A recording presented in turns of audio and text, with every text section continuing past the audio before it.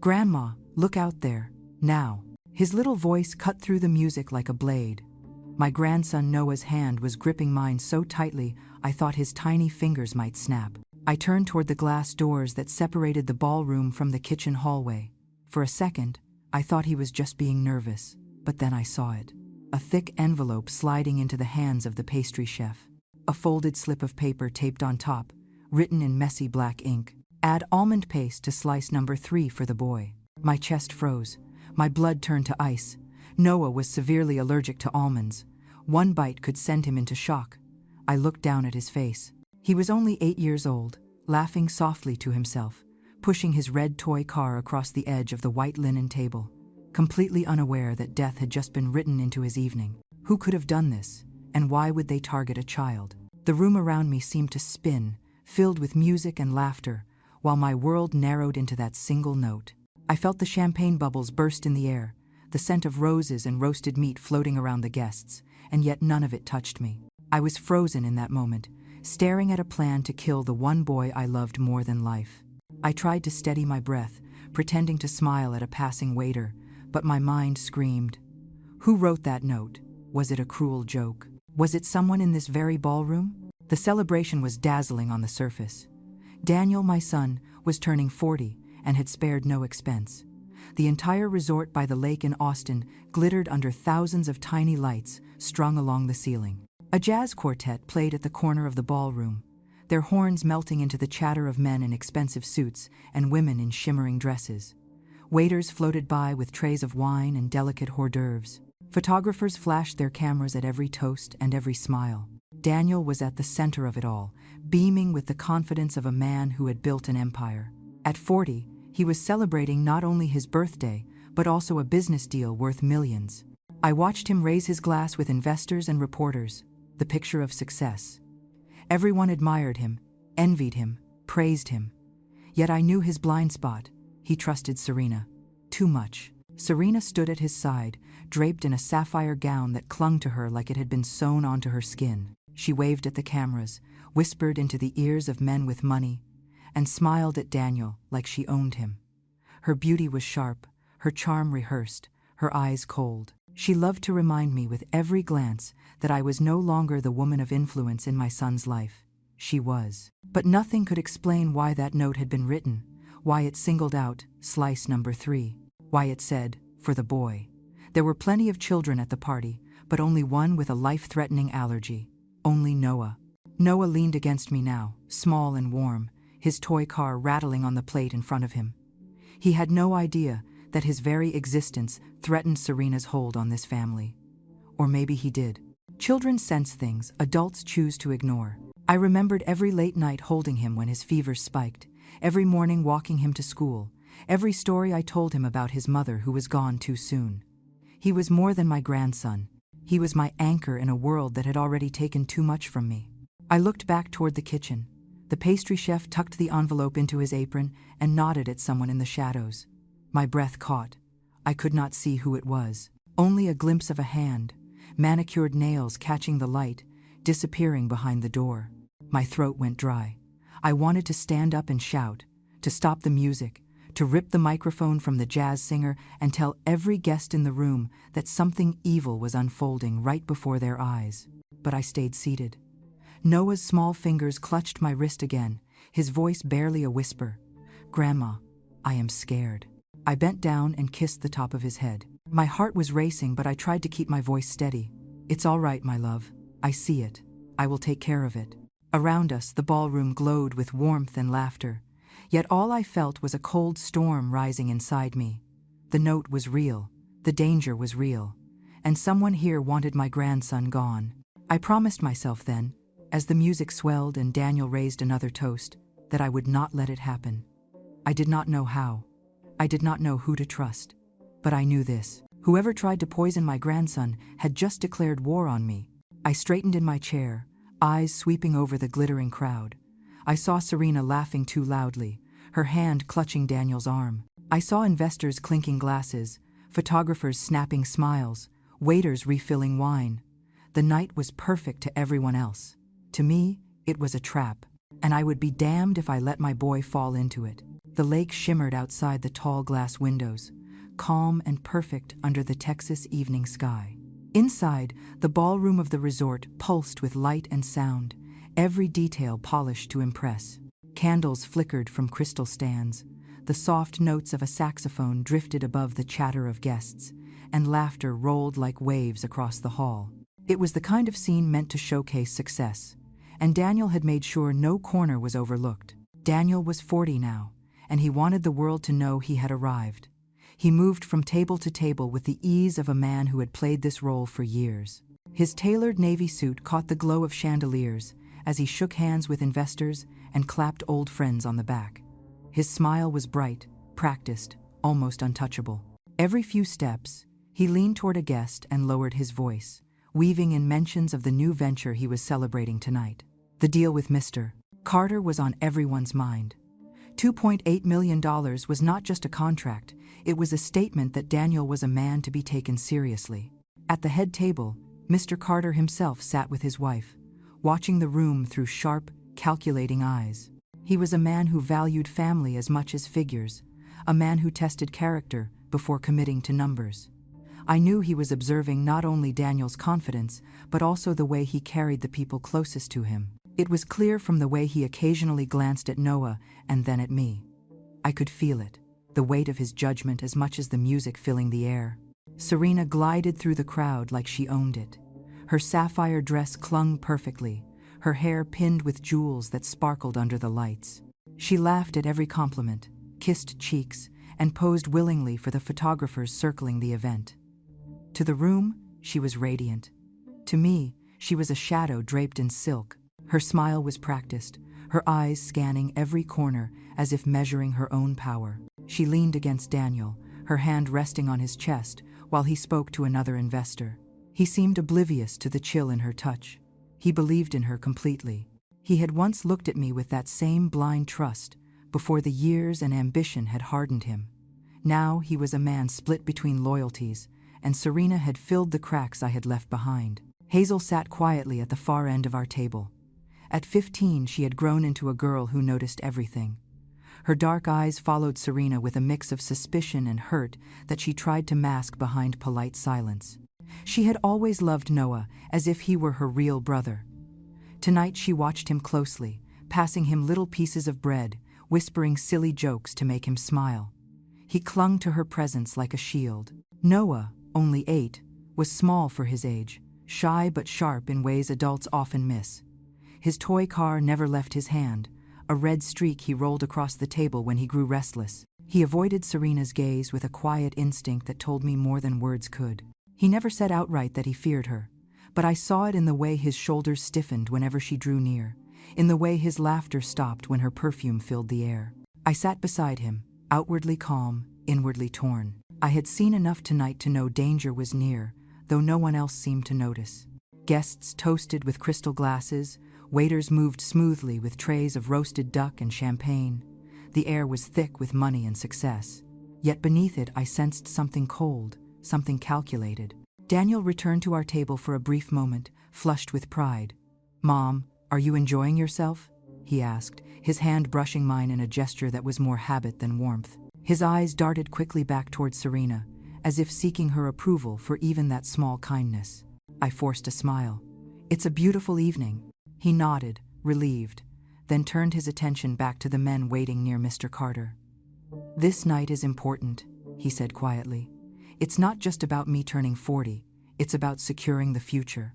I wanted to ask him what future he imagined, and for whom, but I stayed silent. I had learned that pressing too hard only pushed him further away. He walked off again, swallowed by the crowd, leaving me with the image of his back straight and proud, unaware of the cracks forming around him. Serena approached moments later, her perfume heavy with citrus and spice. She placed a manicured hand on my shoulder, her smile wide for the benefit of the table next to us. "Margaret, you must be so proud of your son," she said sweetly. "Not everyone can raise a man like Daniel." I looked at her carefully. "Pride is not measured by contracts," I replied softly. Her smile faltered just enough before she turned it back on, tilting her head as if she pitied me. She leaned closer and whispered just for me, "Try to enjoy the evening. This is his world now." Then she pulled away, waving at a passing photographer, her face once again the picture of charm. Hazel's eyes met mine from across the table. She had heard. She always heard. Mr. Carter rose then, tapping his glass with a fork. The chatter fell into a respectful hush.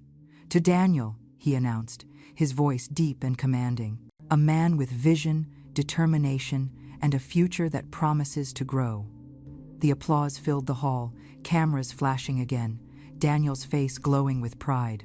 As the guests raised their glasses, I kept my hand on Noah's small arm, grounding myself in his steady presence. The sound of celebration washed over me, but my thoughts clung to the note I had seen, the envelope, the command written in hurried black ink.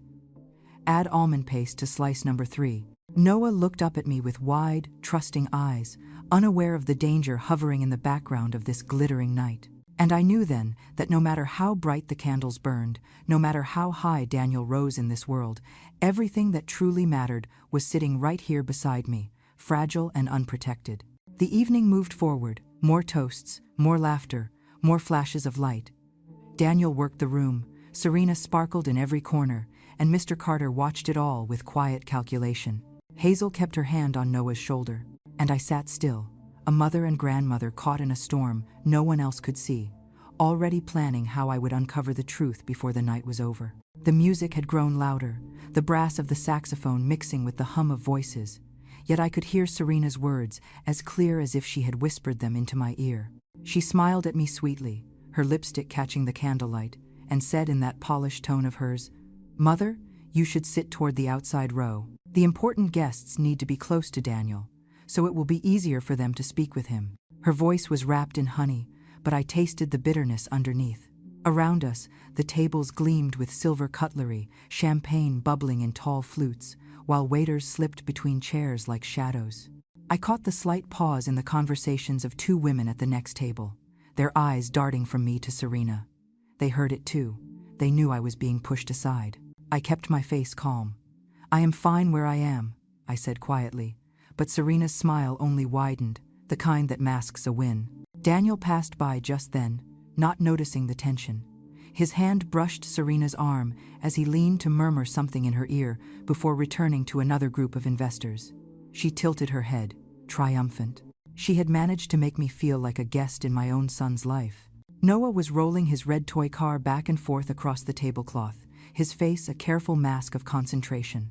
Hazel sat close, passing him a napkin, her eyes never leaving Serena.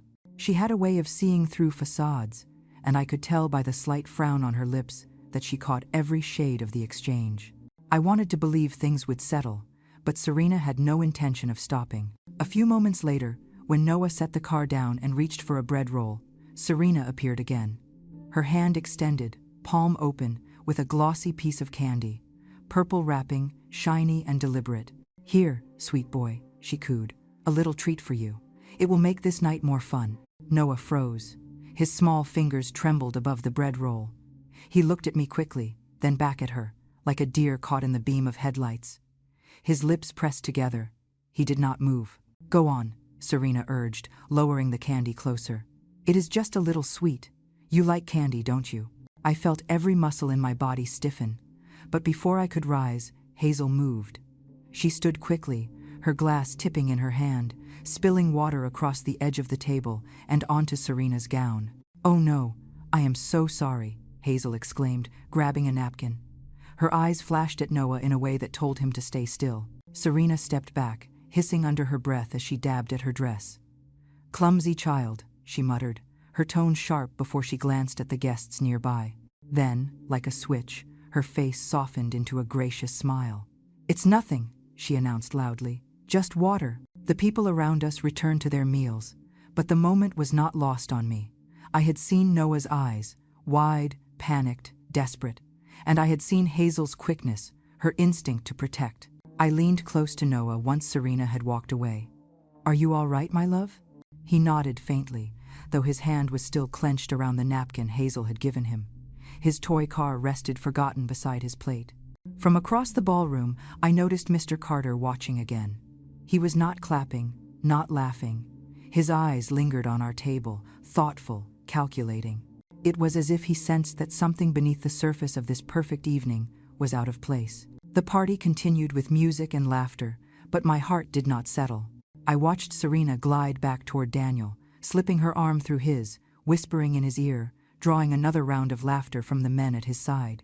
She looked flawless, untouchable, but I knew better. Hazel leaned close and whispered. She was trying to make him take it. Did you see his face? I saw, I answered, keeping my voice steady. Noah's small body shifted closer to me. He had not touched the bread roll. He had not touched anything Serena offered. His silence spoke louder than words. I sat back and forced myself to breathe. On the surface, everything shimmered. Chandeliers poured golden light across polished marble floors. Guests raised their glasses in constant toasts. Waiters moved with silver trays. Voices lifted in cheerful celebration. But I could feel the undercurrent, the sharp edge hidden beneath. Serena was playing a game, and Noah was at the center of it. The night pressed on, but the taste in my mouth had already soured. I knew then that I could no longer afford to dismiss the unease I had carried for months. What had been suspicion was hardening into truth. Hazel stayed close to Noah, her hand brushing his shoulder every so often, a silent promise that he was not alone. Serena continued to shine for the cameras, her eyes cutting toward me when she thought no one else was watching. And I sat in that glittering hall, a grandmother with her heart pounding, realizing that the danger circling my grandson was not a shadow I imagined. It was standing in front of me, dressed in sapphire, smiling for the world, while plotting in silence. Mr. Carter's gaze shifted away as Daniel approached him again, but I knew he had seen enough to keep his mind open, and I knew my battle was only beginning. The clinking of silverware faded as Serena stood, her hand wrapped around the microphone. The jazz band lowered their instruments, and the hum of voices in the ballroom softened. All eyes turned toward her, the glow of chandeliers painting her in gold. She smiled wide, her teeth catching the light, and began to speak with a confidence that filled the room. "Tonight we celebrate Daniel," she said, her voice smooth and warm. "A man of vision, of strength, of ambition. He has built not just a career, but a future. And standing beside him is the greatest honor of my life." The guests applauded. Daniel beamed, raising his glass toward her. I kept my hands in my lap, my heart sinking as she continued. She spoke of his success, of the contracts he had closed, the empire he was building, the deal with Mr. Carter that promised to open even greater doors. She painted him as the very image of triumph. Her voice carried pride, but not the kind born of love. It was the pride of possession, of power. "With Daniel, the future is secure," she said. "Our home, our family, everything he touches turns into promise, and I will be there at his side as we walk into that bright future together." More applause. The cameras flashed. Mr. Carter leaned back in his chair, his expression unreadable, but I saw his wife's lips press into a thin line. Then Serena's voice softened, her eyes sweeping the room. "We are grateful to all of you, our friends, our colleagues, for sharing this milestone with us. You are part of Daniel's journey, and tonight we toast not just to him, but to what lies ahead." She paused, her smile flawless, her hand squeezing Daniel's arm. But she never once mentioned me. Not a word about his mother. Not a word about the boy sitting quietly at the table, pushing his toy car along the edge of his plate. She erased us from his story as if we had never existed. The applause swelled again, but I heard the shift in the room. Guests exchanged glances, whispers rising and fading like ripples in a pond. A few looked toward me, their expressions puzzled, sympathetic. They noticed the omission. They felt the cut. Daniel walked to me then, glass still in his hand, his smile dimming when he saw my face. "Mom," he said, his voice low, "please, do not let this upset you. Tonight is about the business, about the future. You should rest. Let us handle everything. I have it under control." I looked up at him, at the boy I had raised, the man he had become. He believed he was protecting me by pushing me aside, by letting Serena write the story of his life without me in it. My throat tightened. "I am fine," I whispered, though the words tasted bitter. He nodded, relieved, and returned to Serena's side. She slipped her hand into his, her smile spreading again as if she had won a battle no one else had seen. I sat still, but inside I felt the sting of humiliation. It was not just that she had forgotten me. It was that she had done it deliberately, in front of everyone, turning me into an afterthought, at my own son's celebration. Across the table, Hazel shifted, her eyes sharp. She had noticed too. She pressed her lips together, her hand brushing Noah's shoulder. The boy looked from Serena to me, confusion clouding his young face. He did not understand the politics of pride, but he understood hurt. Mr. Carter raised his glass again, his voice calm but measured. "To Daniel," he said. The room echoed him, though his eyes lingered on me a moment longer before he sipped his drink. There was something in his gaze, a flicker of disappointment that Daniel did not see. Serena laughed loudly, her arm looped through Daniel's, her head thrown back as if the night could not be brighter. The cameras snapped, capturing her perfect image, her perfect smile. I lowered my gaze, my hand resting on Noah's. He looked up at me with quiet trust, and I knew then that Serena's victory was only temporary. She could erase me from a speech, but she could not erase the truth I carried in my heart. Still, the sting of that moment settled deep. I had never felt so invisible, so dismissed. My son had chosen ambition over acknowledgement, and Serena had orchestrated it with flawless precision. The band struck up again, glasses clinked, and the ballroom returned to its glittering rhythm. But for me, the evening had shifted. The celebration was no longer just a party. It had become a stage for betrayal, a warning of the battle ahead. Serena had drawn her line in public, and I knew she would not stop until she had pushed me completely out.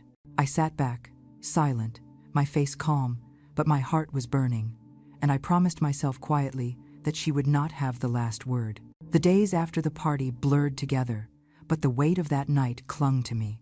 I tried to shake it, telling myself it had only been words, only appearances.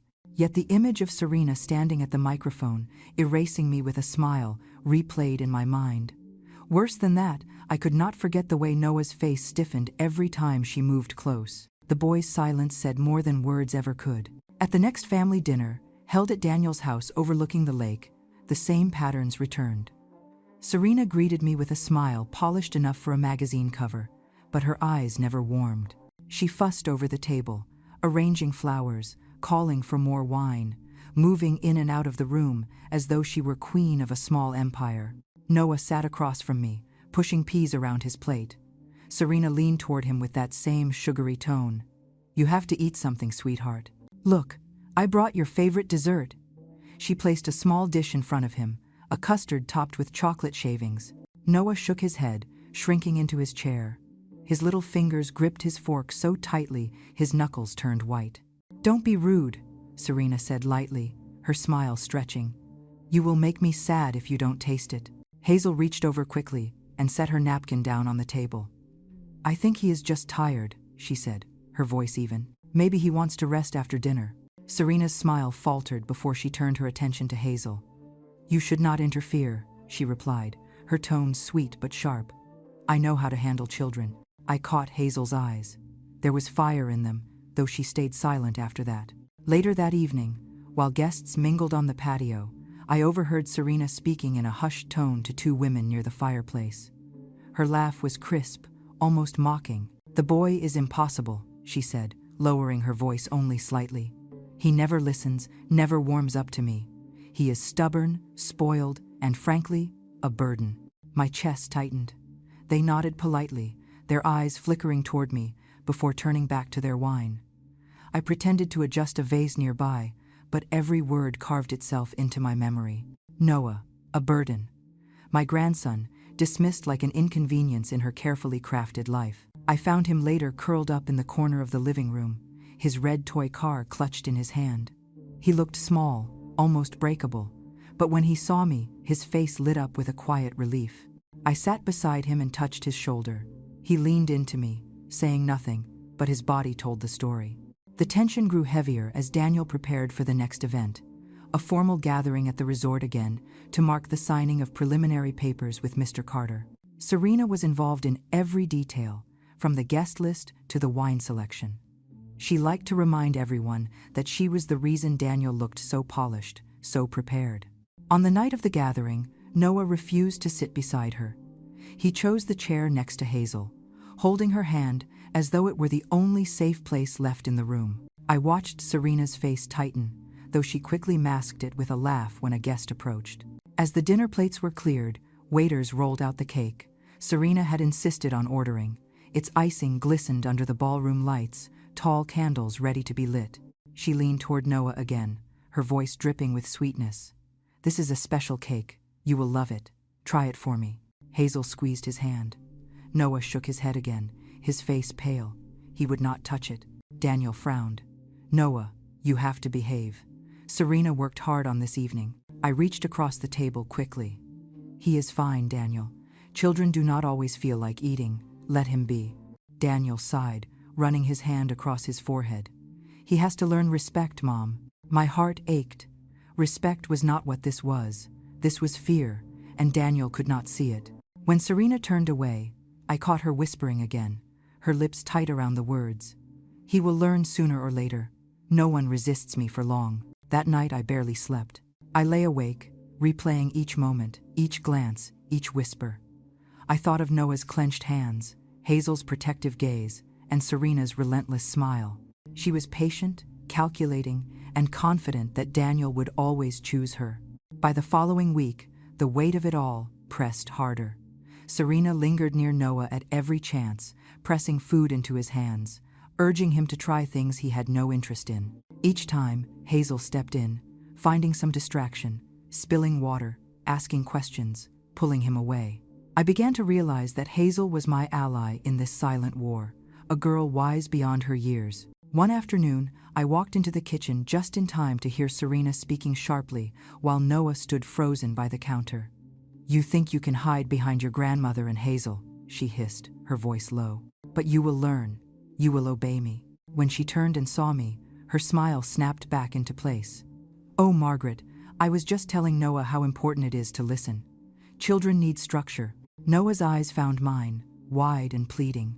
I placed my hand on his shoulder and felt him tremble. I wanted to confront her then, to expose every cruel edge of her voice, but I held back. It was not time yet. The pressure built, day after day, until even the air in that house felt heavy. I could see Daniel slipping further into Serena's orbit, convinced she was the partner who completed his image of success. He could not see what she was doing to his son, how her words cut and her smiles hid barbs. I knew it would not be long before she pushed further. The candy had been one attempt, the whispers another.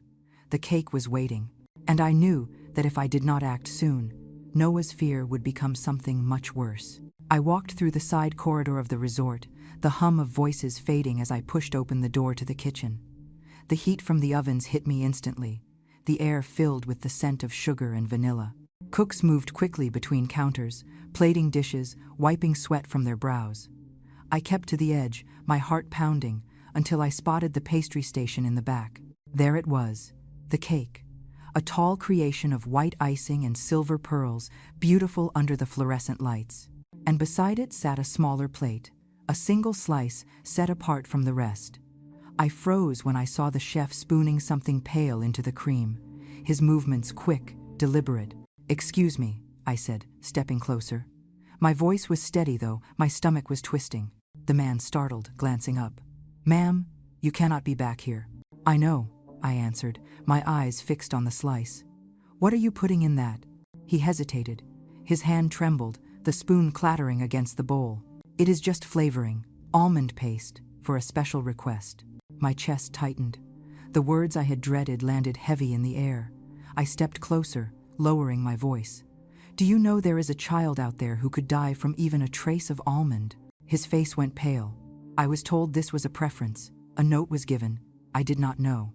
I stared at him, searching for a lie, but all I saw was fear. He was following instructions, too frightened to question them. Someone had paid him. Someone had written that note. The slice sat there, glistening with danger, and I knew that if I walked away, Noah's life would hang on the edge of a fork. My hands shook as I reached forward, covering the plate with a napkin. "No one serves this," I said firmly. "Do you understand me?" He nodded quickly, his eyes darting toward the door. "Yes, ma'am, I will take it away." I stepped back, my knees weak. The bustle of the kitchen pressed around me, voices calling orders, pots clanging, but I could hear nothing except the rush of blood in my ears. The reality was clear. Serena's plan was moving forward, and I had just caught a glimpse of it before it struck. I left the kitchen and walked back toward the hall, forcing my breathing to steady. Hazel stood near the entrance, her eyes searching the crowd. When she saw me, she hurried over. "What happened?" she whispered. I bent close, my hand gripping her arm. "Take Noah, go outside, into the garden. Do not let him near that cake. Keep him close to you." Her eyes widened, but she nodded without hesitation. "I will, I promise." I watched as she wove through the tables, her hand on Noah's shoulder, guiding him toward the doors that opened to the garden. He looked back once, confusion in his eyes, but followed her without protest. I exhaled, my body heavy with dread. The ballroom looked the same as it had all night, glittering, alive with music and laughter. But to me, it felt like a trap. Serena stood near the head table, her face glowing for the cameras, her laugh ringing like crystal.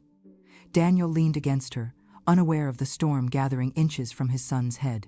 I wanted to march across the room, to confront her in front of everyone, but I knew the timing had to be right. If I spoke too soon, she would twist it, call me paranoid, turn Daniel against me. I needed more, proof, stronger than whispers and suspicions. Still, the urgency pressed on me. The cake would be served soon. The waiters were already wheeling carts into position, their trays stacked with silverware. The band shifted into a softer tune, signaling the next part of the evening. I slipped back into my chair, forcing calm onto my face. My hand gripped the napkin in my lap until the fabric nearly tore. I looked toward the garden doors, searching for Hazel and Noah, catching sight of their silhouettes against the soft lights outside. Relief flickered, but only for a moment. I knew Serena would notice their absence. Daniel raised his glass again, thanking the guests for coming, his words smooth and confident. "This is not just a birthday," he said proudly. "It is the beginning of a future I have built with the people I trust most." My eyes fixed on Serena as he said it. Her smile sharpened, her head held high. She believed she had won. She believed her place was untouchable. The guests clapped, their cheers filling the hall, but I could barely hear them. My focus stayed on the danger, moving quietly beneath the glitter. The poisoned slice had been stopped for now, but the intent was real. Someone wanted my grandson gone, and I had no doubt who had given that order. As the candles were lit and the cake rolled forward, I clenched my fists. I would not let Noah be touched by this. If I had to stand in front of the entire room and drag the truth into the light, I would. My heart hammered in my chest, but my resolve hardened. The line had been crossed. There was no turning back. Tonight was no longer a celebration. Tonight was a battlefield. Hazel's promise steadied me. I watched her slip through the doors with Noah at her side, disappearing into the glow of the garden lights. For the first time that evening, I let myself breathe. The boy was safe, at least for now. Still, I knew Serena's eyes would soon notice his absence, and questions would follow. I needed more than instinct. I needed something solid. I returned to the kitchen, weaving past waiters balancing trays of empty plates. The bustle had calmed since the main course ended, but the air still carried the scent of roasted meat and sweet icing. I spotted the pastry chef again, wiping his hands nervously on his apron. The covered slice I had stopped him from serving sat on a side counter, forgotten for the moment. I approached him slowly. "Tell me the truth. Who gave you that note?" He hesitated, his eyes darting toward the swinging door, as if afraid someone might walk in. His hands trembled. "It was a woman. She came to me earlier. She handed me the envelope with the money and the instructions. I thought it was just a request for flavor." My chest tightened. "What did she look like?" He swallowed hard. "Dark hair, elegant dress. Blue, maybe." I did not ask questions. My stomach turned. Serena's gown shimmered sapphire under the lights of the ballroom. He might not have spoken her name, but I knew. Before I could press him further, Hazel appeared at the doorway. She carried something in her hand, folded small. She slipped it to me when no one was watching. "I found this near Serena's bag," she whispered. "She must have dropped it." I unfolded the paper with trembling fingers. It was a receipt, dated 2 days earlier, from a specialty store in Austin. One item stood out in bold print: almond extract. The ground shifted beneath me. It was the piece I had been waiting for, the proof that this was not a misunderstanding, not paranoia. Serena had prepared for this. She had bought the ingredient herself. I folded the paper quickly and tucked it into my purse. Hazel's eyes were wide. "What are we going to do?" she asked. "Keep Noah close. I said. Do not let him out of your sight. I will handle the rest. She nodded and disappeared again, returning to the garden where Noah waited. I turned back to the chef, who was wringing his hands. If anyone asks, keep this slice away, I told him firmly. Do not touch it again. He nodded, his face pale. I stepped back into the corridor, my heart pounding. The sounds of the ballroom rushed over me again, laughter, glasses clinking, the band playing something lively. It felt unreal compared to the storm brewing inside me. I slipped into my chair at the table, trying to appear calm. Across the room, Serena glowed beneath the chandeliers, her hand locked around Daniel's arm as if staking her claim. She leaned close to whisper in his ear, her eyes scanning the crowd. I wondered if she had already noticed Noah was gone. Mr. Carter caught my gaze from a distance. His expression was sharp, curious. He had seen me move in and out of the room, had noticed the tension. He was a man who missed nothing. I sipped from my water glass to steady my hand. The receipt burned like fire in my purse. It was proof enough to end her performance, but I had to be smart. If I accused her too soon, she would spin it, twist Daniel against me, convince the crowd I was a bitter old woman jealous of her place. I needed the right moment, the one where truth could not be denied. The waiters began to move, preparing the cake for presentation. Candles flickered on top, ready to be lit. My pulse raced. I thought of Hazel outside, holding Noah's hand, keeping him away from the trap meant for him. I thought of Serena, smiling as though she already owned everything in sight. And I thought of Daniel, blind to the danger circling his son, blind to the woman standing at his side. I pressed my hand against my lap, feeling the edge of the receipt through the fabric of my purse. It gave me strength. For the first time that night, I felt something other than fear. I felt certainty. The evening might still belong to Serena in appearances, but I knew the truth. And soon, everyone else would know it too. When the lights dimmed and the candles on the cake glowed, the guests began to sing. Their voices filled the hall, cheerful and loud. Daniel laughed. Serena leaned into him, and the cameras flashed again. But my eyes stayed on the door to the garden. Hazel stood there now with Noah, waiting quietly, her hand resting protectively on his shoulder. The boy leaned into her, safe in her care. I closed my eyes for a moment and let the sound of the singing wash over me. The battle was not finished, but hope, faint and fragile, had begun to stir. I had what I needed, and I would not let it go. I sat at the edge of the ballroom, the laughter and music around me sounding distant, like echoes from another world. My hand rested on my purse, the folded receipt tucked safely inside. That thin slip of paper was more than ink and numbers. It was the rope that could unravel Serena's perfect mask. Hazel's quick thinking had given me what I needed, but I knew paper alone would not be enough. Serena was skilled at twisting words, skilled at making lies sound like truth. If I confronted her now, she would smile, deny, and turn Daniel's doubts against me. I needed something stronger, something undeniable. I thought of the chef's pale face, his trembling hands as he admitted a woman in a blue dress had given him the money. His testimony, combined with the receipt, would be enough to shake the room. But the timing mattered. If I rushed, I would lose. If I waited too long, Noah could be pulled back into the trap. I rose from my chair and slipped back into the kitchen. The bustle had slowed, the air thick with the scent of icing and smoke from extinguished candles. The chef was still there, stacking plates. He startled when he saw me. "You must help me," I said quietly. "You told me what happened. I need you to say it again, when I ask you, in front of others. Do you understand?" His eyes darted to the door. "I cannot. If I say her name, I will lose my job. She paid me. She said it was for a special order. I did not know about the child." "You will not lose your job," I told him firmly. "You will lose your soul if you stay silent. That boy is my grandson. If he had eaten that cake, he would be dead now. Do you want that on your conscience?" His face crumpled. He nodded slowly, his voice breaking. "If you call me, I will speak." Relief washed through me. I thanked him and turned back toward the hall. On my way, I passed a bus cart stacked with garbage bags, one left open at the top. Something caught my eye. A scrap of blue paper tucked among the napkins. I reached in and pulled it free. It was the torn corner of an envelope, stained with sugar dust, and in the corner was a faint trace of Serena's perfume. I held it between my fingers, the final link to the money given for poison.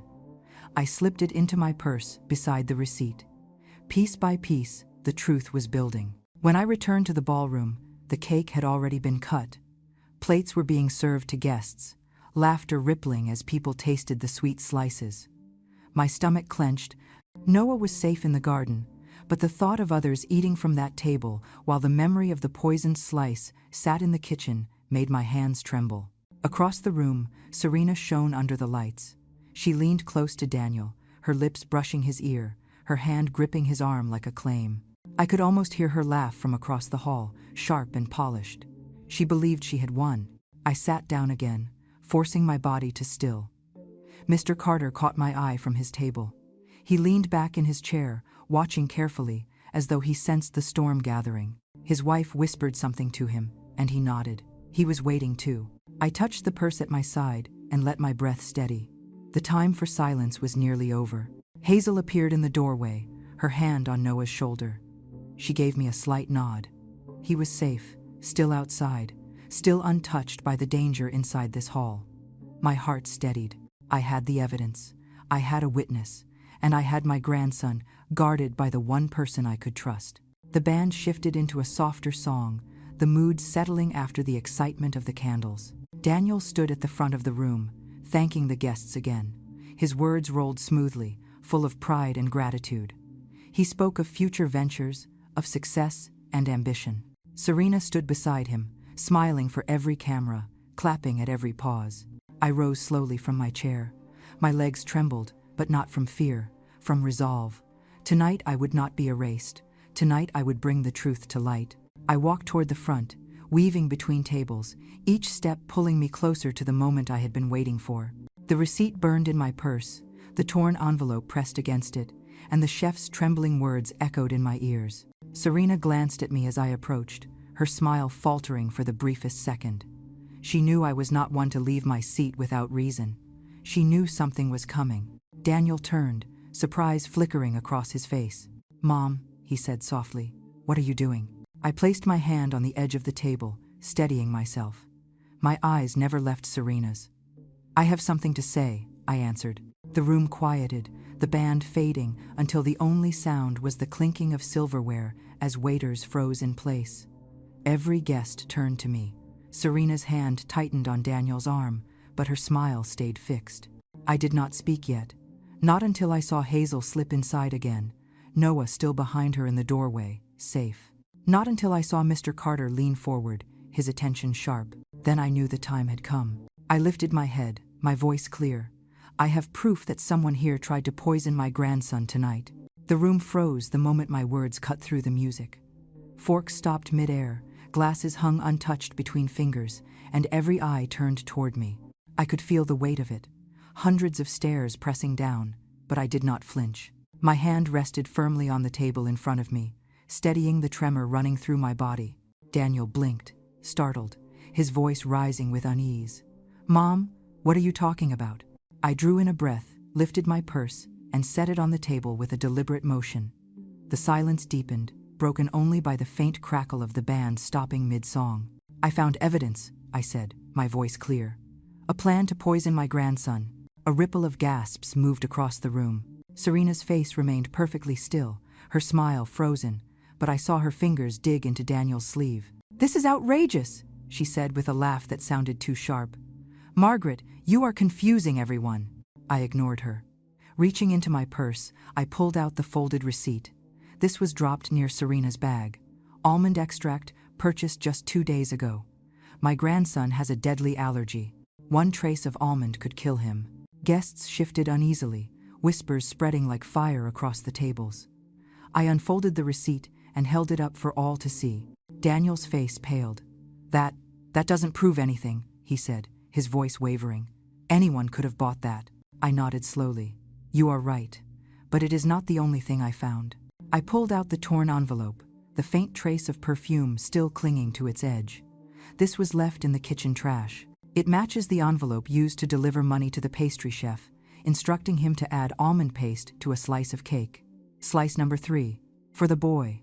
The room erupted in shocked voices. Some guests turned toward Serena, others leaned across their tables, murmuring questions. Mr. Carter's eyes narrowed, his gaze darting from the envelope to Serena's stiff expression.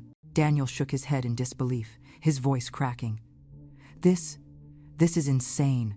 I raised my hand to silence him. I did not come here to create chaos. I came here to save my grandson's life, and I will not be silent while someone tries to kill him under this very roof. I motioned toward the back of the room.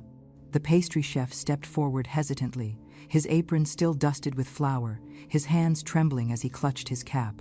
His voice shook, but the words came out strong enough for everyone to hear. "A woman in a blue dress gave me money," he said. "She told me to add almond paste to a slice of cake. She said it was for a child. I did not know about the allergy until Mrs. Williams told me. If the boy had eaten it, he would have died." The silence that followed was crushing. Every head turned towards Serena, her sapphire gown shimmering under the chandeliers. Her smile faltered for the first time, her eyes flashing with something raw and unguarded. She laughed again, too loudly. "This is ridiculous. Anyone could wear blue. He is mistaken. He wants to protect himself and blame me." Hazel stepped forward then, her young face flushed but determined. She held her hand tightly around Noah's shoulder, who stood close, clutching his toy car. Hazel's voice cut clean through the noise. "I found the receipt near her bag.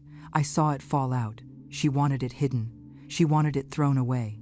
Guests began to murmur louder, some shaking their heads, some glaring at Serena with open disgust. Mr. Carter rose from his chair slowly, his commanding presence drawing silence again. His voice was measured, heavy with authority. "I value integrity above all else," he said. "Family, honesty, character.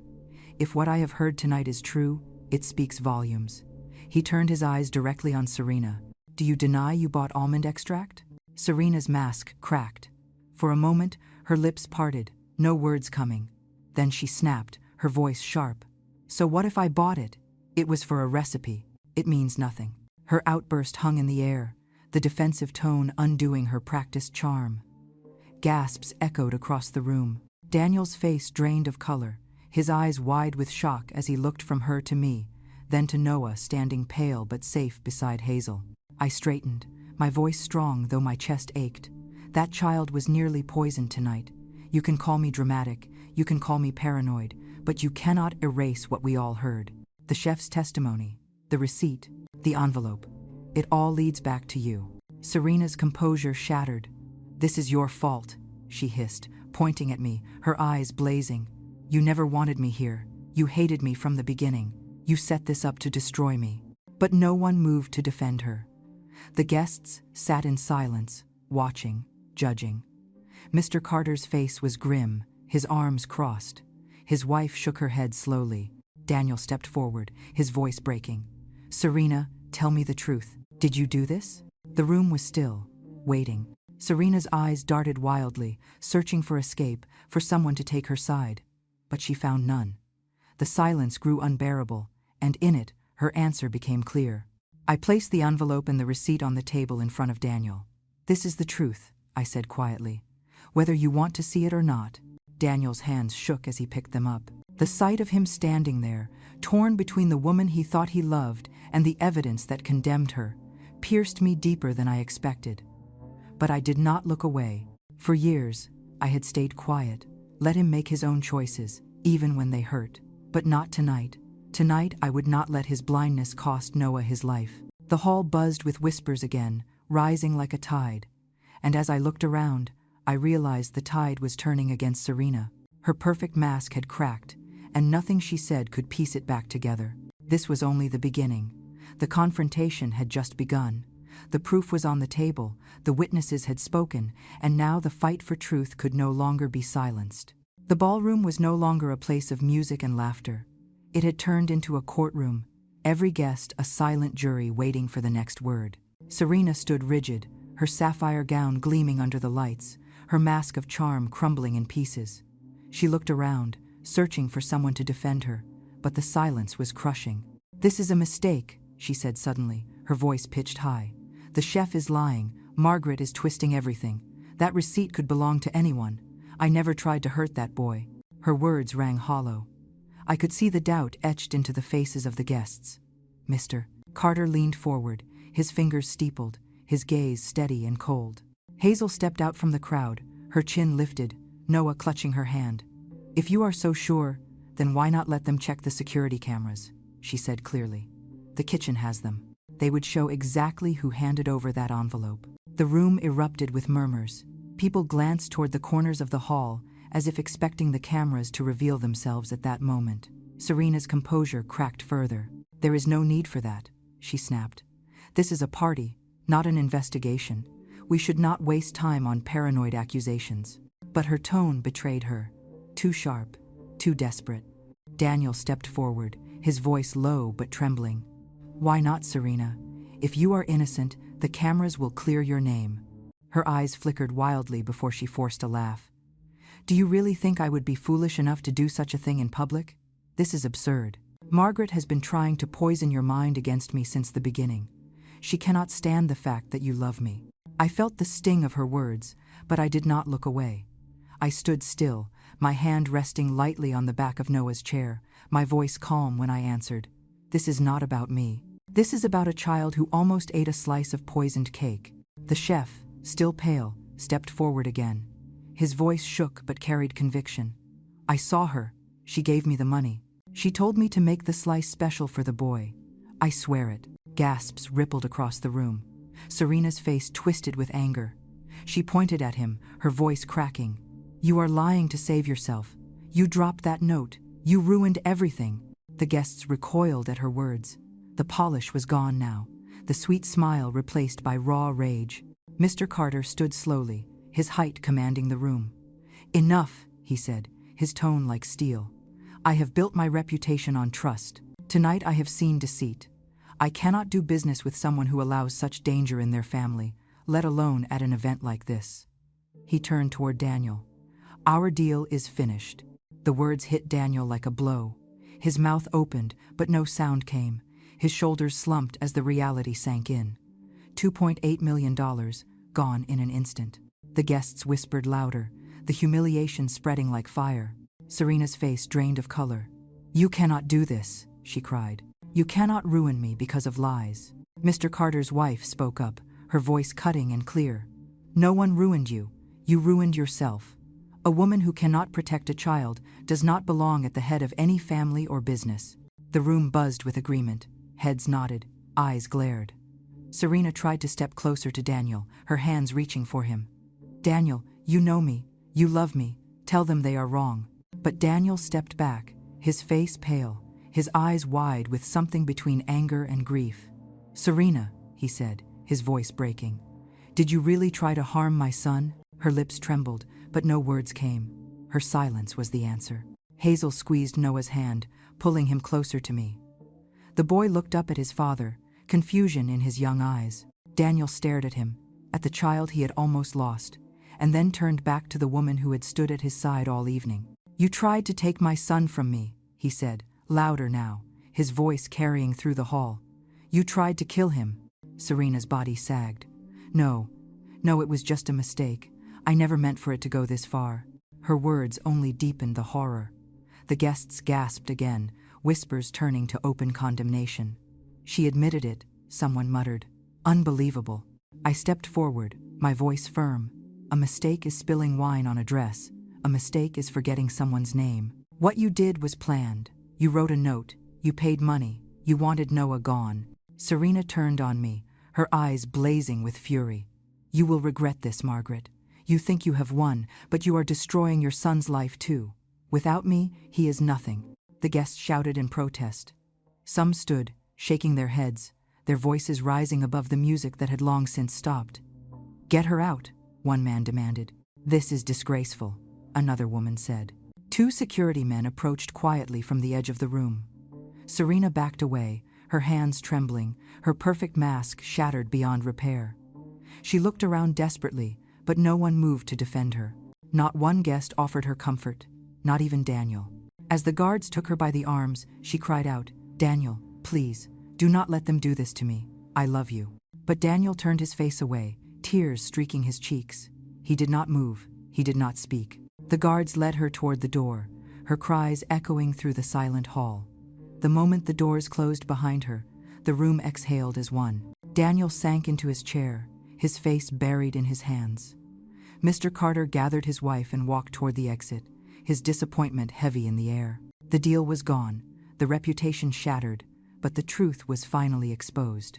I reached for Noah, pulling him close. His small arms wrapped around me, trembling. Hazel stood beside us, her face pale but steady. The three of us stood together in the middle of the hall, surrounded by silence and shame, but also by relief. For the first time that night, I felt the weight lift slightly from my chest. The danger had been dragged into the light, the lies stripped away. Serena's mask was gone, her power broken. The night was not over. There would be more battles, more pain, but one truth was clear. She had tried to harm my grandson, and the world had seen it. There was no hiding now. Daniel remained seated long after the doors closed behind Serena. The ballroom was still full of guests, but no one spoke. The only sound was the faint rustle of dresses, the clink of a glass being set down, the shuffle of feet as people shifted uncomfortably. Daniel lifted his head slowly, his face drawn and pale. His eyes swept the room, then landed on me. "Mom," he said softly, almost like a child again. "Tell me this is not true. Tell me she did not try to—" His voice broke before he could finish. I shook my head. "You heard her. You saw her. She confessed enough." Daniel pressed his hands over his face, his shoulders shaking. For years I had seen him project strength, the successful businessman, the polished host, the man with answers. But in that moment, he was broken, exposed in front of everyone. A guest at the back cleared his throat, his voice carrying, "Check the cameras. Let there be no doubt." Heads turned toward the corners of the hall. It was common knowledge that the resort had cameras in the kitchen and service areas. Daniel wiped his face and looked at one of the managers standing near the exit. His voice was rough but firm. "Bring the footage, now." The manager hesitated, then hurried out. The crowd buzzed again, voices rising in low tones until the band tried half-heartedly to play a few notes. The music faltered when no one paid attention. Hazel sat with Noah, holding him close, whispering something to keep him calm.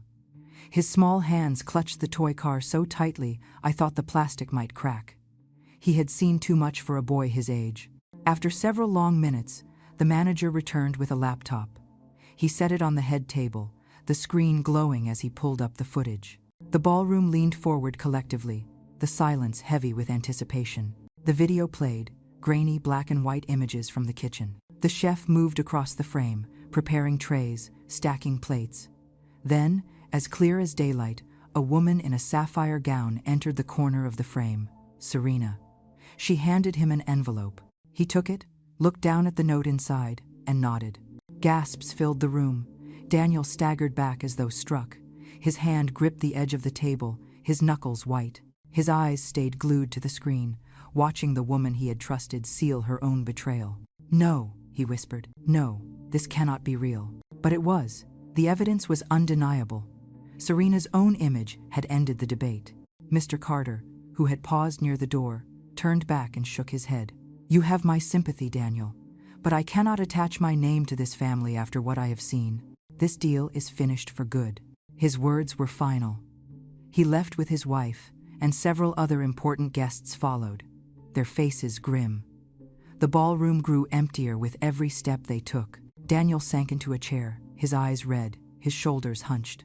For a moment, he looked far older than 40. He buried his face in his hands and muttered, "How could I have been so blind? How could I let her into my son's life?" I stepped closer, placing my hand on his shoulder. "You wanted happiness. That is not a crime. But love without truth is nothing but a mask." He lifted his head, his eyes shining with tears. He looked at Noah, then at Hazel, and finally back at me. "I almost lost him," he said, his voice breaking. "My own son. I almost let her take him away." Noah slipped from Hazel's side and ran to him. Daniel bent down, gathering the boy into his arms. He held him so tightly that Noah squeaked in protest, but then wrapped his arms around his father's neck. Daniel kissed the top of his son's head again and again. "I am sorry, son," he whispered. "I am so sorry I did not protect you." The guests who remained watched in silence, some with tears in their eyes. What had begun as a grand celebration had become a public reckoning.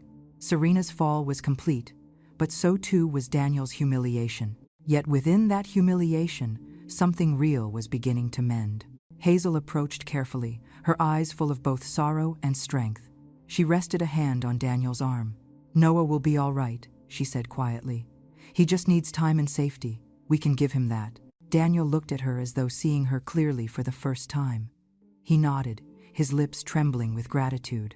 The manager closed the laptop and carried it away, leaving the ballroom in a heavy stillness.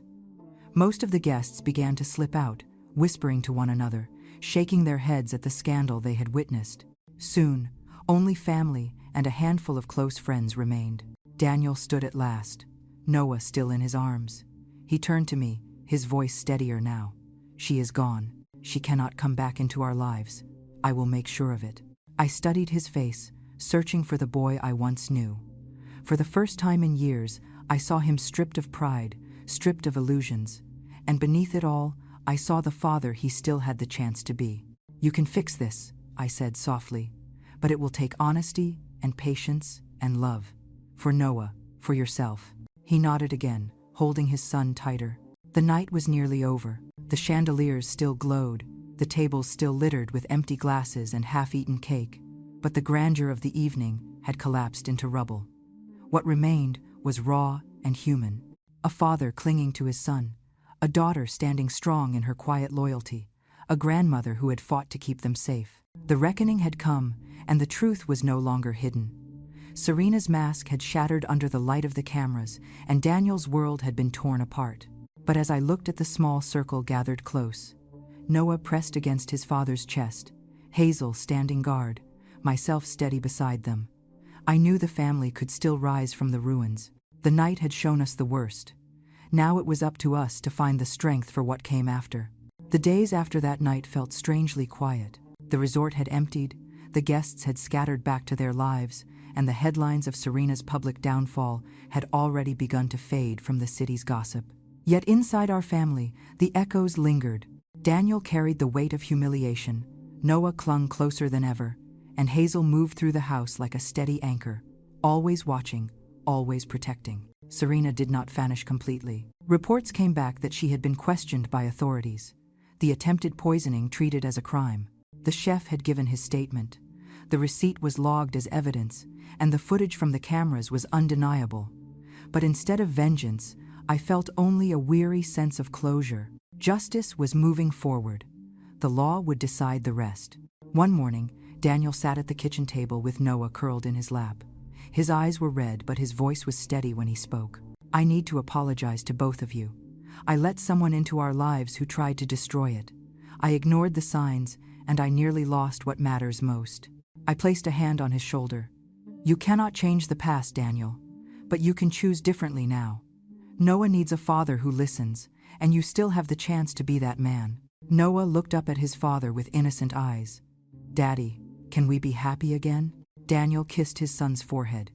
"Yes, we will be. I promise you." Hazel leaned against the counter, her arms crossed, her face softening. She had been the quiet hero in all of this, and Daniel knew it. He turned to her. "I owe you everything. You saved him more than once. I do not know how to thank you." She shrugged gently. "You don't need to thank me. Noah is family. That's enough." The bond between them was clear. For the first time, Daniel saw her not just as the girl who lingered in the background, but as someone who had stood firm when he could not. Weeks passed. The chaos settled into routine again. Noah returned to school, his laughter slowly returning as the fear lifted. Hazel helped him with homework, baked him cookies, and read him stories when he had trouble sleeping. I often watched from the doorway, grateful beyond words. Daniel worked to rebuild what had been lost.